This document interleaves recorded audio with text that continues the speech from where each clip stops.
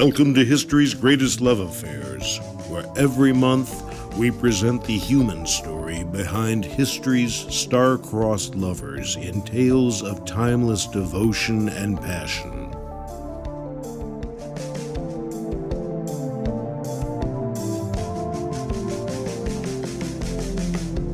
In this episode, we visit with England's Queen Victoria and the love of her life, Albert, the Prince Consort. Victoria, ruler of much of the planet and its population for almost 40 years, had a stern and commanding presence, but a wild and unruly passion for Albert. Unusual in a man from his era, Albert dedicated his life to supporting and aiding the woman he loved in her job during a time of sweeping social change in the British Empire. Victoria and Albert's passion was marked by much more than the 9 children they had, and they remain an inspiring story of love during and beyond their lifetimes. As always, you can find all of our shows, show notes, scripts, and information on the show's website at historiesgreatestloveaffairs.com. Downloads and music from all of our episodes are available through our publisher at texasmusicforge.com. Without further ado, we bring you Victoria and Albert. She was a sensitive and emotional child, capable of alternating flights of temper and fantasy. Attended to more than loved, she often displayed a longing for affection and guidance from those around her.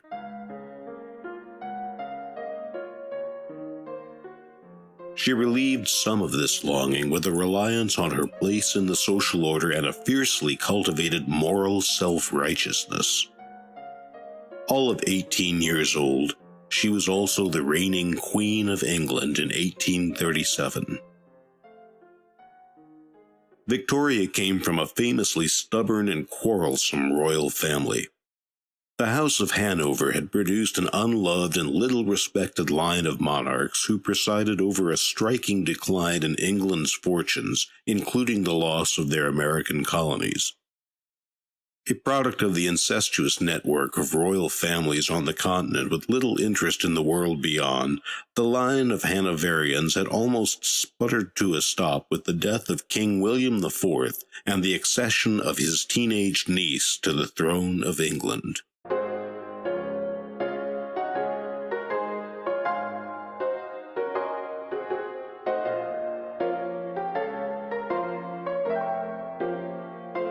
Strongly opinionated, she was also not exceptionally well educated and had almost no knowledge of the lives of her future subjects or of world affairs. She relied on her strict moral code, rightly or wrongly, to guide her through the intricacies and demands of her position as queen. The nature of her rise to her position, perhaps, made securing heirs to the throne an immediate necessity and a matter of state. She had been long earmarked for marriage to her first cousin from Germany, Prince Albert.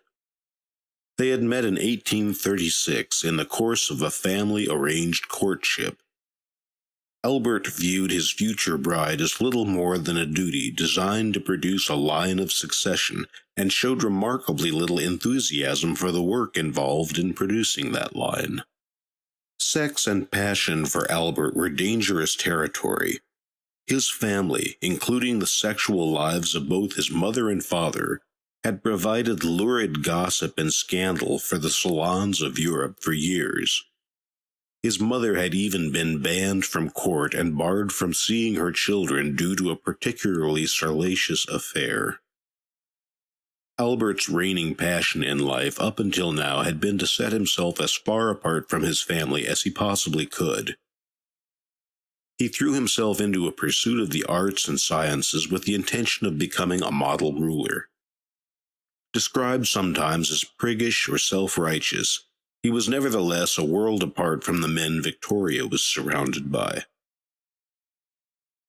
3 long years had gone by since that first meeting in 1836, during which time the awkward but determined Victoria had become queen to an empire, and Albert a truly learned and cultured gentleman. The formal request for his attendance upon Queen Victoria can only have meant to him an end to his life of academic freedom and a call to arms of a sort. His appearance at court caused an intense state of passion in the young queen. She later described him as excessively handsome, such beautiful eyes. My heart is quite going. During the succeeding days, they laughed, they talked, and they acknowledged their duties toward crown and kingdom. The formal proposal of marriage, however, required a bit of maneuvering. Victoria, being a head of state, could not be seen to have waited to be asked for her hand in marriage by a lesser-ranked member of the aristocracy, and a foreign one at that. Days passed as the nervous young queen worked up her nerve. Finally, she found both resolve and opportunity. On the following day, Prince Albert came in from hunting at the unusually early hour of 12. He had received an intimation the evening before that the Queen had something particular to say to him. On being summoned to the Queen's presence, he found her alone. What passed between the two of them can be glimpsed from their letters and journals. Prince Albert, in a letter to his grandmother, described the marriage proposal in these words: "The subject which has occupied us so much of late is at last settled. The Queen sent for me alone to her room a few days ago and declared to me, in a genuine outburst of love and affection, that I had gained her whole heart, and would make her intensely happy if I would make her the sacrifice of sharing her life with her, for she said she looked on it as a sacrifice. The only thing which troubled her was that she did not think that she was worthy of me. The joyous openness of manner in which she told me this quite enchanted me, and I was quite carried away by it. She is really most good and amiable, and I am quite sure heaven has not given me into evil hands, and that we shall be happy together. Since that moment, Victoria does whatever she fancies I should wish or like, and we talk together a great deal about our future life, which she promises me to make as happy as possible."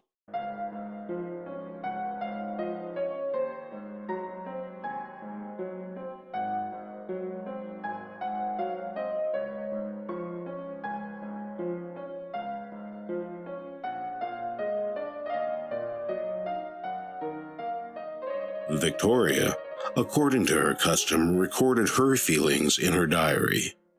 How I will strive to make him feel as little as possible the great sacrifice he has made. I told him it was a great sacrifice on his part, but he would not allow it. My mind is quite made up, and I told Albert this morning of it. The warm affection he showed me on learning this gave me great pleasure. He seems perfection, and I think that I have the prospect of a very great happiness before me. I love him more than I can say, and shall do everything in my power to render this sacrifice, for such, in my opinion, it is, as small as I can. He seems to have a very great tact, a very necessary thing in his position. These last few days have passed like a dream to me, and I am so much bewildered by it all that I know hardly how to write. But I do feel very happy. They were married in 1840 in a lavish ceremony befitting a union of two royal families. Her dress was a rich white satin, trimmed with orange blossoms, and upon her head she wore a wreath of the same beautiful flowers. Over her head, but not so as to conceal her face, a veil of Honiton lace was thrown. She was sparingly decorated with diamonds. She wore, however, a pair of very large diamond earrings and a diamond necklace. Her 12 bridesmaids were all attired in similar taste, and they were all young ladies of remarkable beauty and good standing. Prince Albert was dressed in the uniform of a British field marshal and was decorated with the collar and star of the Order of the Garter. Victoria had been under pressure from her ministers and advisers to alter the wording of her wedding vows to exclude the word obey from the line love, honor, and obey. It wasn't proper, they said, for the reigning Queen of England to vow to obey a foreigner. Victoria not only kept the word, but heavily emphasized it during the ceremony. Albert, for his part, returned her fidelity by foregoing all personal ambition in order to become her partner and helpmate in the duties of governance.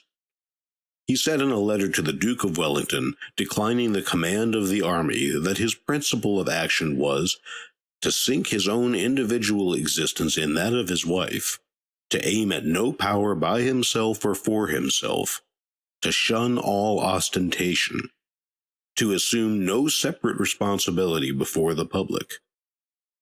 Desiring, he added, to make his position a part of the Queen's, he considered it his duty continually and anxiously to watch every part of the public business in order to be able to advise and assist her at any moment in any of the multifarious and difficult questions brought before her, sometimes political or social or personal, as the natural head of her family, superintendent of her household, manager of her private affairs, her sole confidential adviser in politics, and only assistant in her communications with the officers of the government.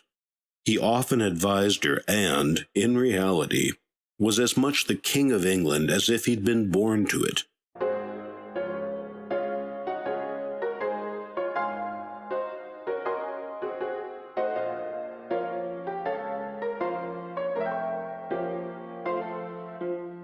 Victoria relied heavily on his learning and counsel, which sometimes ran counter to that of her advisers and ministers.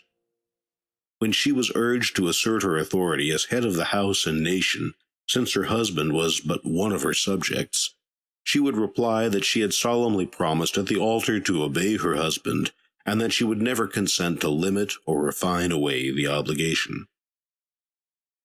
They had their troubles as a newlywed couple, especially as Victoria was often confined with the impending births of the 9 children they would eventually have. A sometimes tempestuous first 2 years of marriage soon settled into a relationship of love and genuine affection for each other. I told Albert that formerly I was too happy to go to London and wretched to leave it, and how since the blessed hour of my marriage, and still more since the summer, I dislike and am unhappy to leave the country, and could be content and happy never to go to town. This pleased him.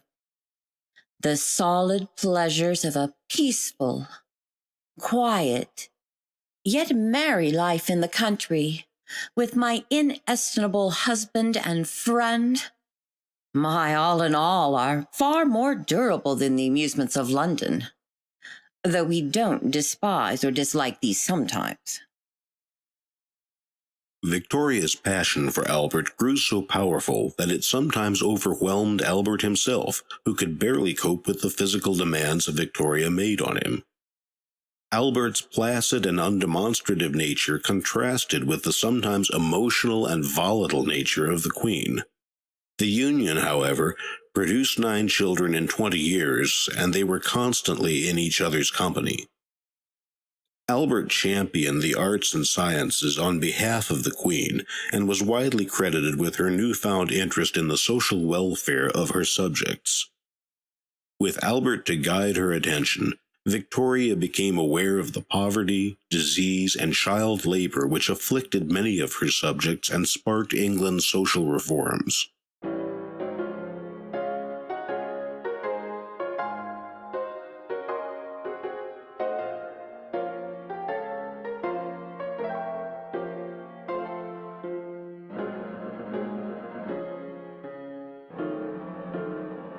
When Albert became severely ill at age 42, it was hoped the former gymnast and fencer would recover. 19th century medical science, however, could not cure typhoid, and Albert spent longer and longer periods of time unable to leave his bed, and often comatose. True to his nature, Albert remained the faithful servant of Queen and country to the end. The year 1861 had been a hard one in the English-speaking world. A civil war had broken out across the Atlantic in the United States. The North's naval blockade of the South had interrupted the flow of cotton which England's textile mills and their thousands of employees depended on. Pressure on the Queen to declare in favor of the South and break the North's blockade was intense as English textile mills closed down for lack of cotton, and thousands of jobless men, women, and children roamed the streets in search of food. When a ship of the U.S. Navy stopped an English ship in order to forcibly remove 2 Southern diplomats on their way to Europe, public outcry in England to enter the war on the side of the South intensified. Alarmed that his queen was being pushed into a disastrous situation, Albert roused himself from his deathbed to oversee the writing of England's formal responses to the actions of the United States. His careful and measured response permitted a cooling of war fever and created room for a diplomatic settlement of the affair. Except for his efforts, literally his last act before dying, England would likely have entered a long and disastrous war. Exhausted by his efforts, he lapsed into a coma and passed away shortly thereafter with Victoria holding his hand.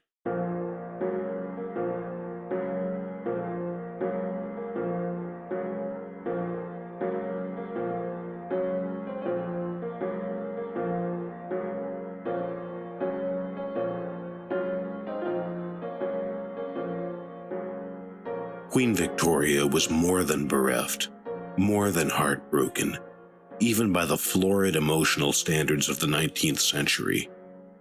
In her words, How I, who leaned on him for all and everything, without whom I did nothing, moved not a finger, arranged not a print or a photograph, didn't put on a gown or a bonnet if he didn't approve it, shall go on to live, to move, to help myself in difficult moments.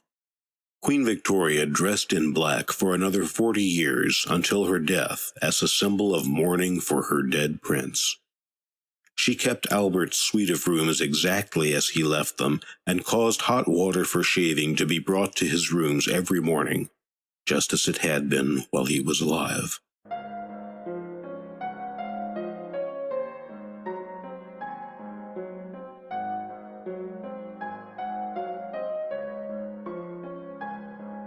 When she did pass from this life after ruling England for 64 years, she was buried next to Albert in the Royal Mausoleum in Windsor Castle, wearing her wedding veil, united in death as they were in life.